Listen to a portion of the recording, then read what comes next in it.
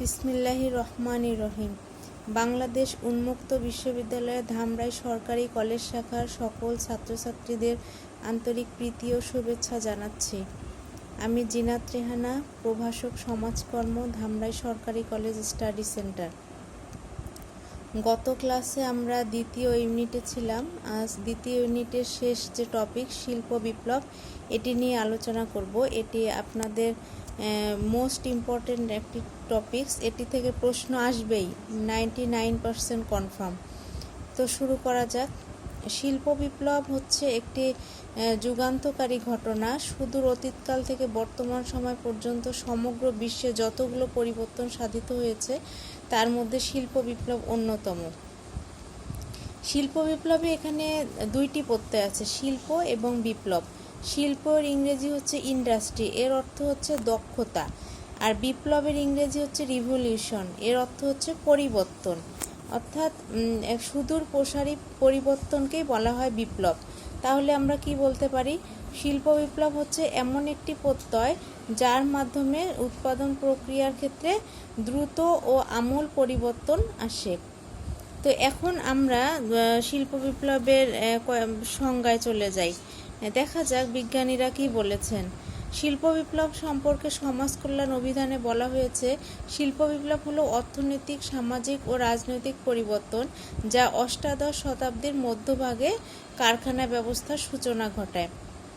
আচ্ছা, এরপরে David Jerry এবং জুলিয়া জেরি একটি সংজ্ঞা দিয়েছেন। তারা বলেছেন, শিল্প বিপ্লব হলো পারস্পরিক সম্পর্কযুক্ত অর্থনৈতিক, প্রযুক্তিগত এবং সামাজিক ক্ষেত্রে ব্যাপক পরিবর্তন যা 1760 থেকে 1850 সালের মধ্যে ইংল্যান্ডে সংঘটিত হয়।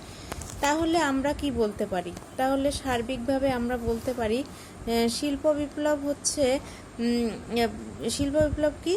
শিল্প বিপ্লব হচ্ছে 1760 থেকে 1850 সালের মধ্যবর্তী সময়ে ইংল্যান্ডে এবং পরবর্তীতে অন্যান্য দেশে উৎপাদন ব্যবস্থা, শিক্ষা, জ্ঞান ও প্রযুক্তিতে যে সুদূর প্রসারী পরিবর্তন আসে তাকে শিল্প বিপ্লব বলে আখ্যায়িত করা যায়। আমি আবারও বলছি, 1760 থেকে 1850 সালের মধ্যবর্তী সময়ে ইংল্যান্ড এবং পরবর্তীতে অন্যান্য দেশে উৎপাদন ব্যবস্থা, শিক্ষা, জ্ঞান, বিজ্ঞান ও প্রযুক্তিতে যে সুদূরপ্রসারী ও বৈপ্লবিক পরিবর্তন আসে তাকে শিল্প বিপ্লব বলে আখ্যায়িত করা হয়। শিল্প বিপ্লব, এখান থেকে একটি প্রশ্ন আসতে পারে যে শিল্প বিপ্লব প্রত্যয়টি কে উদ্ভাবন করেন? উত্তর হবে ঐতিহাসিক আর্নল্ড টয়েনবি তার lecture on the industrial revolution in England এ গ্রন্থে প্রথমত শিল্প বিপ্লব ধারণাটিকে স্পষ্টভাবে তুলে ধরেন। তো এখান থেকে আপনারা পড়বেন শিল্প বিপ্লব প্রত্যয়টির নামকরণ করেন কে, শিল্প বিপ্লব কাকে বলে, এবং এরপরে যে টপিকসটা ইম্পর্টেন্ট সেটি হচ্ছে শিল্প বিপ্লবের বৈশিষ্ট্যগুলো কি। শিল্প বিপ্লবের বৈশিষ্ট্য কি?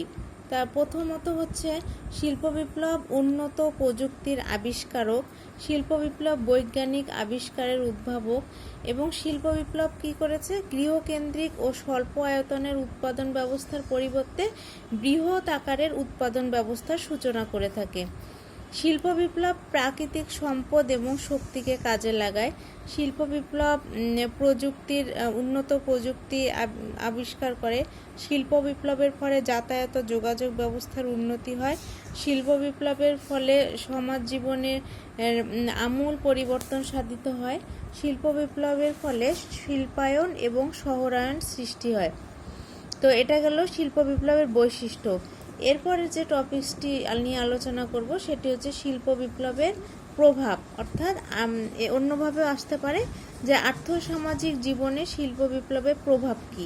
প্রথমে আমাদের জানতে হবে যে প্রভাব কথাটির অর্থ কি। প্রভাব বলতে পজিটিভ বা ইতিবাচক বিষয়কেও বোঝায়, আবার নেতিবাচক বিষয়কেও বোঝায়। তাহলে প্রভাব, আমরা তাহলে দুই ধরনের প্রভাব পাই।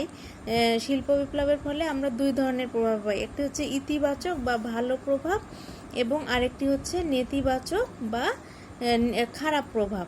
তো প্রথমেই আসা যাক ইতিবাচক প্রভাব। ইতিবাচক প্রভাব কি? প্রথমে উৎপাদন পদ্ধতির পরিবর্তন। শিল্প বিপ্লবের ফলে উৎপাদন পদ্ধতিতে ব্যাপক পরিবর্তন সাধিত হয়। কারণ শিল্প বিপ্লবের ফলে আগে যে গৃহকেন্দ্রিক যে যন্ত্রপাতি ছিল সেগুলোর পরিবর্তে আধুনিক যন্ত্রপাতি চালু হয় এবং এই আধুনিক যন্ত্রপাতি এবং প্রযুক্তির মাধ্যমে উৎপাদন প্রক্রিয়ায় ব্যাপক পরিবর্তন চালু হয় এবং উন্নয়ন ঘটে।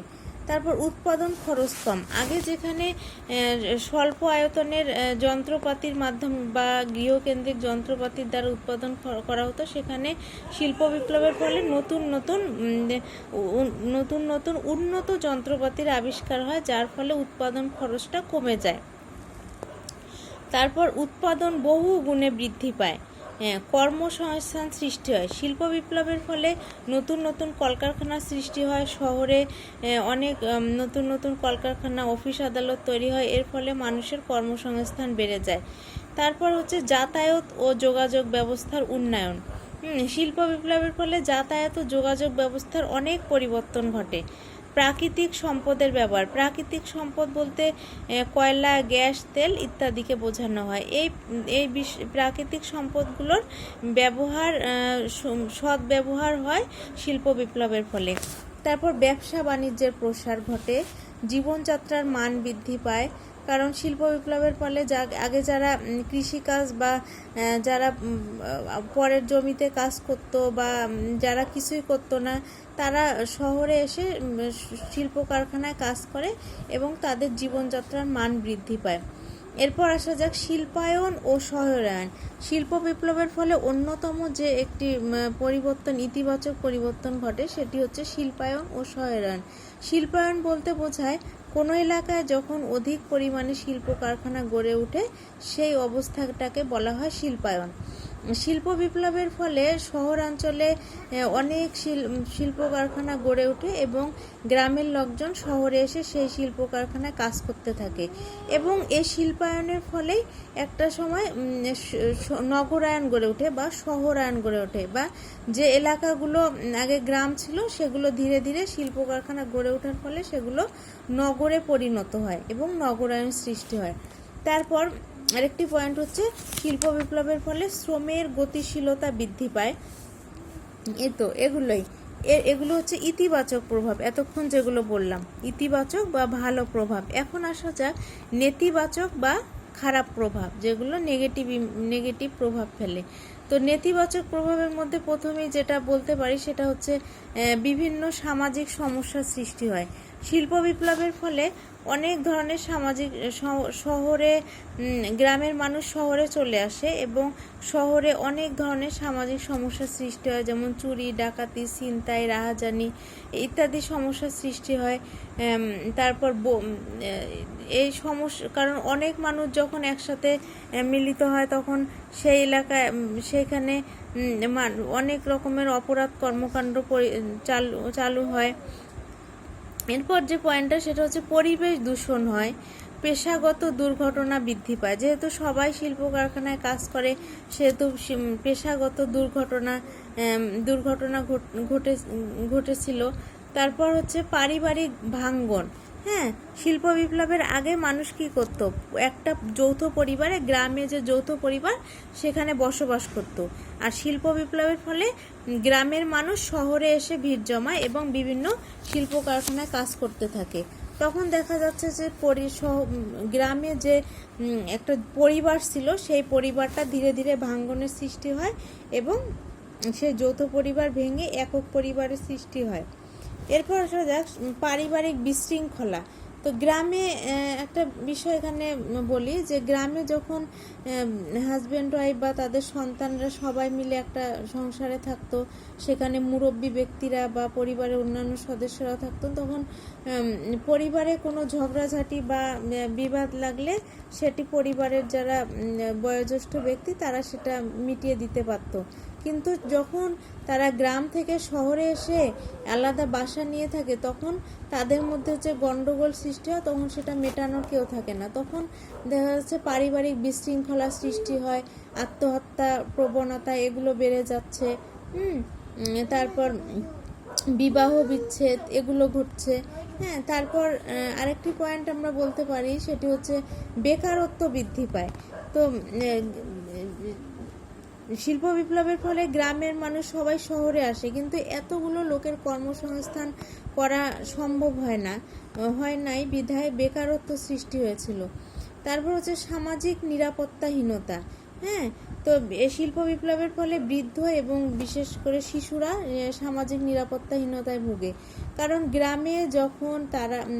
গ্রামে যখন একটা পরিবার ছিল, তাদের শ্বশুর শাশুড়ি, তাদের ছোট বাচ্চা, তারা সবাই একসাথে ছিল। যখন তারা গ্রাম থেকে শহরে চলে আসলো, তখন সেই গ্রামের যারা মুরব্বী ব্যক্তি, তারা নিরাপত্তাহীনতায় ভুগছিল। এবং যে বাচ্চারা, তারা শহরে আসার ফলে তারা তো গ্রামে থাকতো, অনেক মানুষের মধ্যে থাকতো। যখন তারা শহরে আসলো, তাদের বাবা মা দুজনেই দেখা যাচ্ছে কর্মক্ষেত্রে চলে যায় এবং শিশুরা নিরাপত্তাহীনতায় ভুগে। তারপর বস্তির সৃষ্টি। হ্যাঁ, গ্রাম থেকে যখন সবাই শহরে চলে আসে, এতগুলো লোকের কর্মসংস্থান করা সম্ভব হয় না বিধায় বস্তির সৃষ্টি হয়। হ্যাঁ, এগুলোই মূলত শিল্প বিপ্লবের নেতিবাচক প্রভাব। তো আরেকটি নেতিবাচক প্রভাব যে বলা যায়, সেটা হচ্ছে ভূমির উপর প্রভাব বা জমির উপর প্রভাব। শিল্প বিপ্লবের ফলে গ্রামের যে জমি জমা, সেগুলো খণ্ড বিখণ্ড শুরু হয়। হ্যাঁ, আগে যেমন সবার জমি এক জায়গায় ছিল, পরে সবাই ধীরে ধীরে শহরে আসার ফলে সবার জমি আলাদা করে ফেলে এবং জমিগুলো খণ্ড বিখণ্ড হয়ে যায় এবং জমির উপরে ব্যাপক প্রভাব বিস্তার করে। এই গেল শিল্প বিপ্লবের ইতিবাচক এবং নেতিবাচক প্রভাব। এরপরে যে টপিকসটা ইম্পর্টেন্ট, সেটি হচ্ছে সমাজকর্ম পেশার বিকাশে শিল্প বিপ্লবের ভূমিকা কী। হ্যাঁ, এই প্রশ্নটা আসতেই পারে যে শিল্প বিপ্লব কি, শিল্প বিপ্লবের বৈশিষ্ট্য কি, সমাজকর্ম পেশার বিকাশে শিল্প বিপ্লবের ভূমিকা কী। মূলত আধুনিক সমাজকর্মের ভিত্তিভূমি হিসেবে শিল্প বিপ্লবকে চিহ্নিত করা হয়। শিল্প বিপ্লব হচ্ছে সামাজিক মানব সভ্যতার অগ্রগতিতে ব্যাপক ভূমিকা পালন করে, তেমনি সমাজকর্ম পরিবর্তিত পরিস্থিতির সাথে মানুষকে মানিয়ে চলতেও শিল্প বিপ্লব অনেক ভূমিকা পালন করে।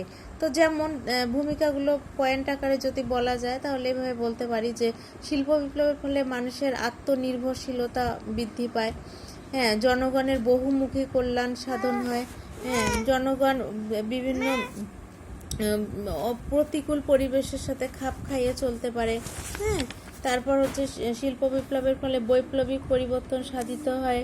হ্যাঁ, শিল্প বিপ্লবের ফলে সমন্বিত সমাজকর্ম পদ্ধতি চালু হয়।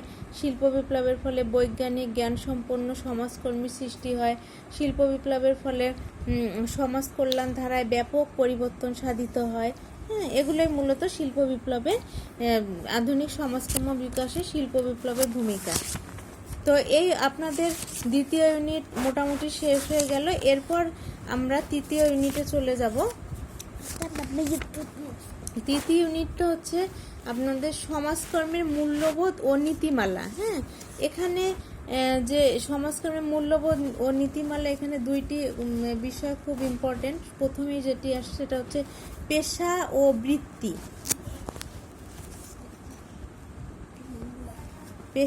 বৃত্তি। তো পেশা, আমরা সবাই পেশা শব্দটার সাথে পরিচিত। তো দুইটাই হচ্ছে জীবিকা অর্জনের একটা মাধ্যম। পেশার ইংরেজি প্রতিশব্দ প্রফেশন আর বৃত্তির ইংরেজি প্রতিশব্দ হচ্ছে অকুপেশন। তো আমরা যদি সহজভাবে বলতে চাই যে পেশা, যে জীবিকা অর্জনের জন্য উচ্চমানের বিশেষ তাত্ত্বিক শিক্ষা ও ব্যবহারিক প্রশিক্ষণের প্রয়োজন হয়, তাকে পেশা বলে। আবারও বলি, যে জীবিকা অর্জনের জন্য উচ্চমানের বিশেষ তাত্ত্বিক শিক্ষা এবং ব্যবহারিক প্রশিক্ষণের প্রয়োজন হয়, তাকে পেশা বলে। আচ্ছা, এবার অক্সফোর্ড অ্যাডভান্স লার্নার ডিকশনারিতে বলা হয়েছে, পেশা হলো এক প্রকার কাজ যার জন্য বিশেষ প্রশিক্ষণের প্রয়োজনীয়তা রয়েছে। হ্যাঁ, তাহলে আমরা কি বলতে পারি, পেশা যে জীবিকা অর্জনের জন্য উচ্চমানের বিশেষ তাত্ত্বিক শিক্ষা এবং ব্যবহারিক প্রশিক্ষণের প্রয়োজন হয়, তাকে পেশা বলে। আর বৃত্তি এটার উল্টাটা। যেমন তাহলে কি বলতে পারি, যে জীবিকা অর্জনের জন্য উচ্চমানের বিশেষ তাত্ত্বিক শিক্ষা এবং ব্যবহারিক প্রশিক্ষণের প্রয়োজন হয় না তাকে বৃত্তি বলে। তো পেশা কি কি হতে পারে? ডাক্তার, ইঞ্জিনিয়ার, হ্যাঁ, ডাক্তার, ইঞ্জিনিয়ার, উকিল, হ্যাঁ, সমাজকর্মী, এগুলো হচ্ছে পেশা। যারা সমাজকর্মের কাজ করে তাদেরকে সমাজকর্মী বলা হয়। হ্যাঁ, ডাক্তারি, ইঞ্জিনিয়ারিং, সমাজকর্মী, ওকালতি, এগুলো হচ্ছে পেশা। আর বৃত্তি কি? যে জীবিকা অর্জনের জন্য ব্যবহারিক উচ্চমানের শিক্ষা, জ্ঞান, অভিজ্ঞতা এগুলোর প্রয়োজন হয় না। এগুলোর মধ্যে কি?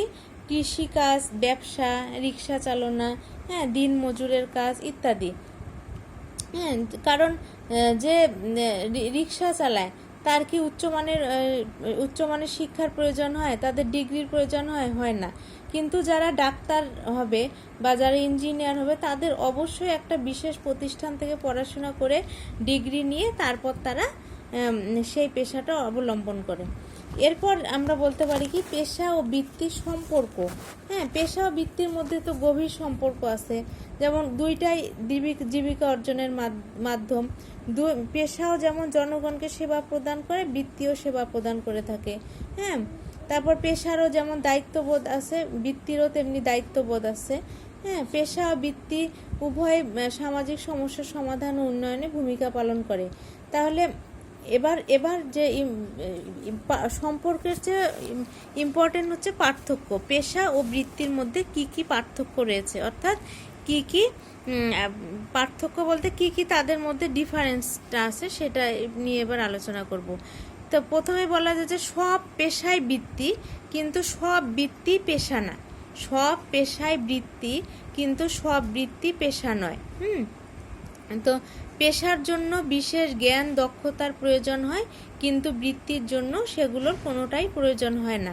পেশার জন্য জড়িত আছে যোগ্যতার প্রশ্ন, পেশার সাথে যোগ্যতার প্রশ্ন জড়িত আছে, কিন্তু বৃত্তির সাথে যোগ্যতার প্রশ্ন জড়িত নেই। হ্যাঁ, বৃত্তি ইচ্ছা করলেই পরিবর্তন করা যায়। যেমন কেউ যে রিক্সা চালায় সে কয়েকদিন পরে ভ্যানও চালাইতে পারবে, যে সবজির দোকান দেয় সে কয়েকদিন পরে মুদির দোকানও দিতে পারবে। কিন্তু পেশা ইচ্ছা করলেই পরিবর্তন করা যায় না। যেমন যে ডাক্তার সে চাইলেই সে কখনো ভাবতে পারবে না যে কয়েকদিন ডাক্তারি করলাম আবার কয়েকদিন পরে ইঞ্জিনিয়ারিং করি, এরকম না।